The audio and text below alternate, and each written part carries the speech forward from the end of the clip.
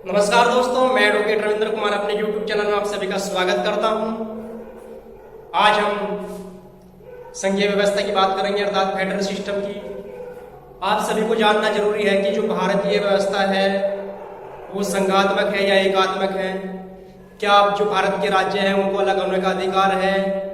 क्या राज्य पूर्ण तरीके से केंद्र पर निर्भर हैं? क्या केंद्र ही सर्वोसर्वा है या राज्यों को कुछ अलग शक्तियां प्रदान की गई हैं? तो इन सब चीजों पे हम एक एक करके डिस्कस करेंगे सभी पे। केंद्र और राज्यों के जो संबंध होते हैं उनके आधार पर सरकार दो प्रकार की होती है। एक संघीय सरकार होती है और एक एकात्मक सरकार होती है। एकात्मक सरकार के लक्षण ये होते हैं कि जो केंद्र होता है वो पूर्ण सर्वसर्वा होता है, संपूर्ण शक्ति का स्रोत वही होता है, और राज्य पूरी तरीके से केंद्र पर निर्भर होते हैं। यहाँ पर शक्तियों का बंटवारा नहीं होता है। संपूर्ण देश की व्यवस्था का संचालन केंद्र के हाथ में होता है। इसके बाद अगर हम संघीय सरकार की बात करें, यहाँ पर केंद्र और राज्यों के बीच महत्वपूर्ण आपको बताता हूं कि केंद्र और राज्यों के बीच शक्तियों का बंटवारा होता है। केंद्र और राज्यों का दोनों का अपना अपना वर्चस्व होता है। तो मैंने कुछ यहाँ पर ये लिखा है कि क्या क्या लक्षण होते हैं। संघात्मक सरकार में दोहरी सरकार होगी, लिखित संविधान होता है, शक्तियों का बंटवारा होता है, संविधान की सर्वोच्चता होती है, कठोर संविधान होता है, स्वतंत्र न्यायपालिका और द्विसदनीय सरकार होती है। इधर देखेंगे क्या लक्षण होते हैं। सशक्त केंद्र होता है, अर्थात संपूर्ण शक्ति का स्रोत, जैसे मैंने अभी बताया कि केंद्र के पास होता है। यहाँ पर शक्तियों का बंटवारा नहीं होता है। एकल संविधान होता है, संविधान का लचीलापन होता है, आपातकालीन उपबंध, एकीकृत न्यायपालिका अर्थात सिंगल न्यायालय होगा, एकल नागरिकता होगी और अखिल भारतीय सेवाओं का सृजन। तो जो भारतीय व्यवस्था है, भारतीय व्यवस्था में कुछ संघात्मक लक्षण पाए जाते हैं और कुछ एकात्मक। जो भारतीय संघीय व्यवस्था है वो कनाडा के संविधान से प्रेरित, अर्थात हम कह सकते हैं कि कनाडा की तरह भारत में भी एकात्मक ढांचे को तोड़कर संघात्मक बनाया गया। जैसा कि अनुच्छेद 1 कहता है, मैंने पहले भी जिक्र किया था कि भारत राज्यों का एक संघ होगा। किंतु यहां पर अम्बेडकर जी ने यूनियन शब्द का प्रयोग किया है फेडरल शब्द की जगह। और यूनियन शब्द इसलिए बोला गया है कि जो भारत के राज्य हैं, आप एक प्रैक्टिकल सोचोगे कि क्या किसी भी राज्य को अलग होने का या अलग देश बनाने का कोई अधिकार है? नहीं है, क्योंकि यह हमने अनुच्छेद 1 में देखा है कि भारत राज्यों का एक संघ है। अर्थात यहां पर हमने फेडरल की जगह यूनियन शब्द इसलिए यूज किया है कि जो भारतीय राज्य हैं उनको अलग होने का कोई अधिकार नहीं है, जबकि सोवियत रूस में राज्यों का अलग होने का अधिकार है। और जो एकात्मक ढांचे को तोड़कर हमने संघात्मक ढांचा बनाया है वो किसी समझौते का परिणाम नहीं है। तो इन लक्षणों को देखते हुए हमने फेडरल की जगह यूनियन शब्द यूज किया है। तो कुछ विद्वानों ने माना है कि संघात्मक व्यवस्था के लिए इन चीजों का होना जरूरी है। तो हम एक करके देखते हैं कि क्या है। सबसे पहले बात आती है दोहरी सरकार की। जो संघात्मक व्यवस्था होती है उसमें दोहरी सरकार होती है, अर्थात राज्य की अपनी सरकार होती है, केंद्र की अपनी सरकार होती है। केंद्र सरकार रक्षा मामले को, विदेश मामले को, मुद्रा, ये सब मामले देखती है, जबकि राज्य सरकार स्थानीय, पुलिस प्रशासन और कृषि, ये सब मामलों को देखती है। तो संघात्मक में दोहरी सरकार होती है। दूसरी बात करें, यहाँ पर लिखित संविधान होता है। अगर भारत की बात करें, क्योंकि मैंने बताया है कि भारतीय जो संघीय व्यवस्था है इसमें कुछ एकात्मक लक्षण भी है, कुछ संघात्मक लक्षण भी है। तो जो भारतीय संविधान है विश्व का सबसे बड़ा संविधान है और लिखित संविधान है। जैसे मैंने पहले ही बताया था कि आपको भारतीय संविधान में 395 अनुच्छेद हैं, 12 अनुसूचियां हैं और 22 भाग हैं।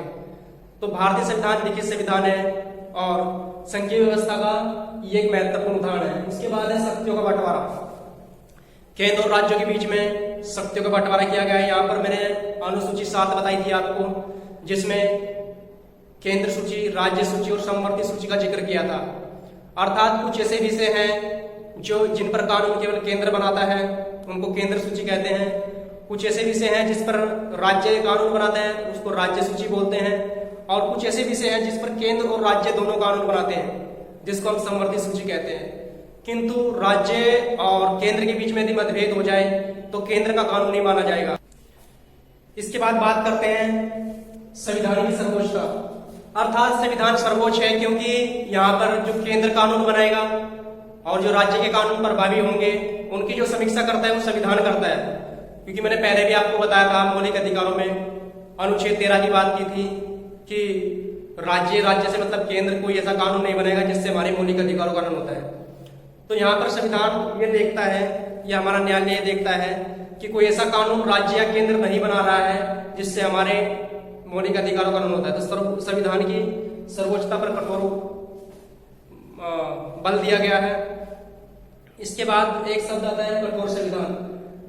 मैंने इससे पहली वीडियो में आपको बताया था संविधान संशोधन की प्रक्रिया, तो उसमें मैंने तरीका बताया था कि कुछ विशेष बहुमत से अधिनियम बनते हैं, कुछ कठोर तरीके से, अर्थात भारत लचीला और कठोर दोनों का मिश्रण है।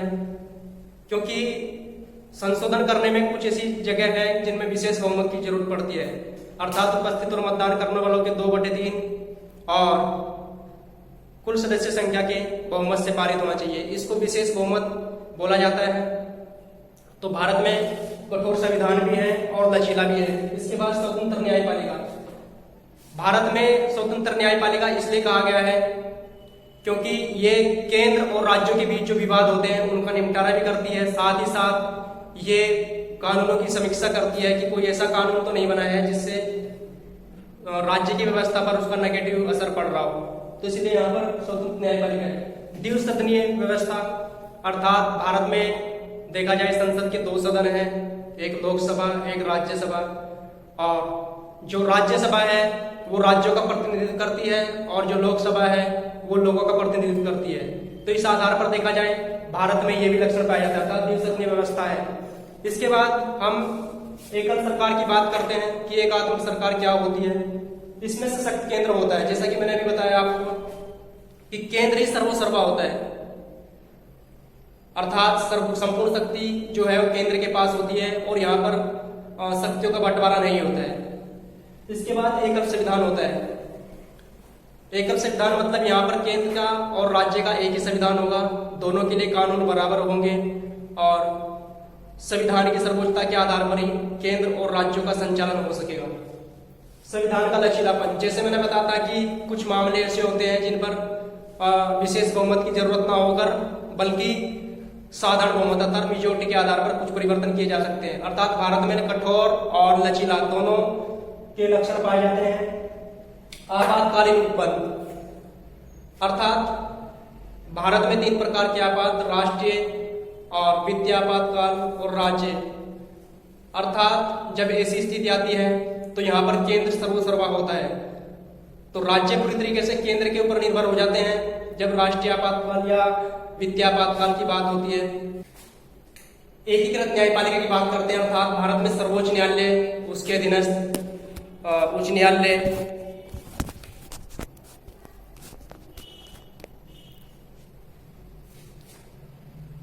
बात करते हैं एकीकृत न्यायालय की, अर्थात भारत में सर्वोच्च न्यायालय सर्वोच्च है, इसके अधीनस्थ उच्च न्यायालय आते हैं। अर्थात ऐसा कानून की समीक्षा सर्वोच्च न्यायालय करते हैं जो राज्य और केंद्र बनाते हैं कि वो कानून सही है या नहीं है, इनकी जो समीक्षा करता है वो न्यायालय करता है। इसके बाद है एकल नागरिकता। भारत में अमेरिका की तरह नहीं है कि यहाँ पर राज्य की नागरिकता अलग होनी चाहिए और केंद्र की अलग। यहाँ पर एकल नागरिकता है, अर्थात यहाँ पर भारत की नागरिकता है। तो एक लक्षण एकात्मक सरकार का ये भी है। इसके बाद अखिल भारतीय सेवाएं। अखिल भारतीय सेवाओं में हमारी IAS, IFS और IPS ये अखिल भारतीय सेवाएं हैं।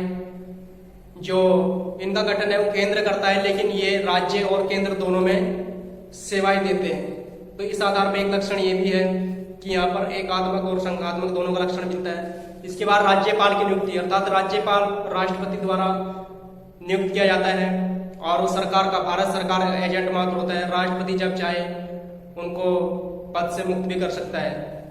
तो ये हमने देखे हैं कुछ एकात्मक लक्षण थे और कुछ संघात्मक। तो भारत में इन दोनों का मिला जुला स्वरूप पाया जाता है। कुछ विद्वानों का मानना है कि भारत में एकात्मक लक्षण बहुत ज्यादा है। केसी वेयर ने भारतीय व्यवस्था को अर्धसंघ कहा है। क्योंकि केसी वेयर का मानना है कि भारतीय जो व्यवस्था है वो संघीय व्यवस्था में कुछ एकात्मक लक्षण नहीं बल्कि एकात्मक लक्षण में कुछ संघात्मक लक्षण पाए जाते हैं, अर्थात इसको अधिक से अधिक हम अर्थसंघ मान सकते हैं। किंतु हम केसीवेयर के अर्थसंघ के निर्णय से सहमत नहीं है, क्योंकि या तो सरकार एकात्मक होती है या संघात्मक होती है। अर्थसंघ की कोई परिकल्पना नहीं की जा सकती, क्योंकि जैसे अर्ध होता है, अर्ध चक्र होता है, इसकी परिकल्पना नहीं की जा सकती। इसी प्रकार अर्थसंघ की कोई परिकल्पना नहीं की जा सकती। वर्तमान स्थिति या वैश्वीकरण दौर को देखा जाए तो केंद्र का मजबूत होना स्वाभाविक है, क्योंकि आतंकवादी जैसी घटनाएं केंद्र को और मजबूत बना देती है और स्पष्ट होता है कि संघीय व्यवस्था पर समय और परिस्थिति का प्रभाव जरूर पड़ता है। अगर इसका मूल्यांकन करना है तो भारत में स्वतंत्रता के समय जगह जगह पर सांप्रदायिक अर्थात भारत का बंटवारा हो चुका था। सांप्रदायिकता के आधार पर कुछ जगह बंटवारे की मांग को लेकर दंगे और अलग राष्ट्र की मांग, जातिवाद, क्षेत्रवाद, इन सब चीजों को देखते हुए भारत में संघीय व्यवस्था को हमारे संविधान निर्माताओं ने मजबूत बनाया और जो बहुत सारी शक्तियां हैं वो संघ की ओर झुकी है। भारत को लोक कल्याणकारी राज्य बनाने के लिए बहुत सारी ऐसी संस्थाएं हैं जो केंद्र का सहारा, मतलब केंद्र को सहारा देती हैं। जैसे हमारा वित्त आयोग हो गया, वित्त आयोग, और निर्वाचन आयोग हो गया, और राष्ट्रीय सुरक्षा परिषद, अखिल भारतीय हो गई। तो इन सबका सहयोग केंद्र को होता है।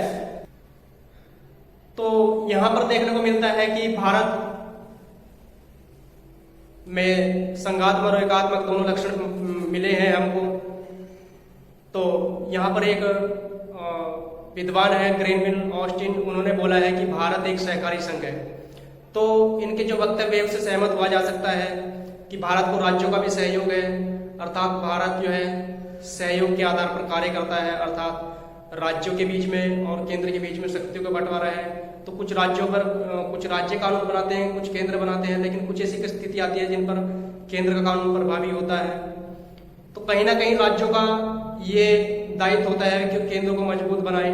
जैसे राष्ट्रीय सुरक्षा को लेकर और बाहरी देशों के आक्रमण से बचना हो, आतंकवाद जैसी समस्याओं से निपटाने के लिए हमें केंद्र को सशक्त बनाना होगा। जो ग्रेनविल ऑस्टिन है, उन्होंने बताया है कि जो भारत है वो सहकारी संघ है। इनकी बात से बिल्कुल सहमत हो जा सकता है। तो हमने पढ़ा है आज फेडरल सिस्टम। आपको देखना है कि भारत में एकात्मक व्यवस्था है या संघात्मक, इसके बारे में मैंने बताया है। आपको प्रैक्टिकली देखना है कि भारत क्या जो राज्य है भारत के उनको अलग होने का अधिकार है, तो इसका जवाब है बिल्कुल नहीं। तो ये कुछ लक्षण थे फेडरल सिस्टम के। तो मुझे आशा है कि वीडियो आपको पसंद आई होगी। प्लीज लाइक करें, शेयर करें और सब्सक्राइब करें। धन्यवाद। ऐसे ही नए नए टॉपिक के साथ मेरे से जुड़ते रहिए। मैं आपको अच्छे टॉपिक से अवगत कराता रहूंगा और आपके बीच में आता रहूंगा। धन्यवाद।